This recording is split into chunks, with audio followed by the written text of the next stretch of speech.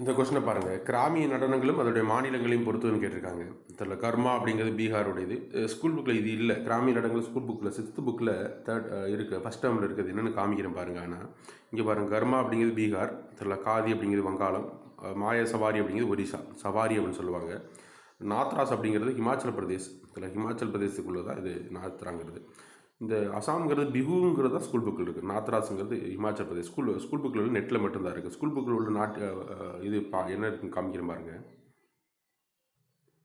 இது பாருங்கள், அசாம் பிஹுன்னு இருக்குது பார்த்தீங்களா. அசாம் என்பது என்னது, பிஹுக்குள்ளது அப்படிங்கிறது போட்டிருக்காங்களா. அதுக்கடுத்து கேட்டால் உத்தரப்பிரதேஷ் ராசசீலியா, சரிங்களா. அப்புறம் ராஜஸ்தான் அப்படிங்கிறது கல்பலியா குமார் அப்படிங்கிறது நாட்டுப்புற நடனங்கள் குறிப்பிடக்கூடியதாக குறிப்பிட்டிருக்காங்க.